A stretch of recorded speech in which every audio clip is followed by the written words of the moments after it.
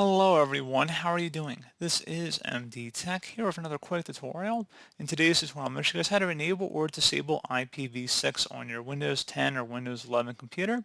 So please keep in mind, even if it is enabled, your internet service provider may not support IPv6 yet. So just keep that in mind. But generally speaking, if you want to make sure it's turned on or off within Windows itself, I'm going to show you guys how to do that, and it should be a pretty straightforward process, and let's go ahead and jump straight into it. So we're going to start off by opening up the search menu, type in Control Panel.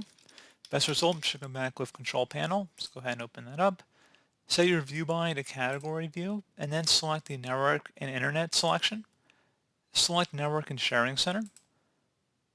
And then underneath Internet Connection, click on the hyperlink that is under here. So go ahead and select that.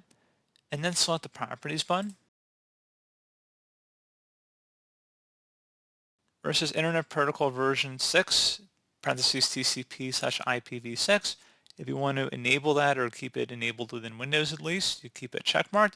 Otherwise, if you want to disable it, you would uncheck that and then select OK. And that's pretty much it. So if you click on Properties again, you would see that it has saved the change.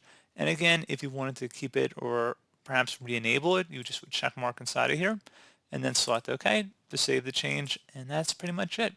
So pretty straightforward process, guys. I do hope I was able to help you out, and I do look forward to catching you all in the next tutorial. Goodbye.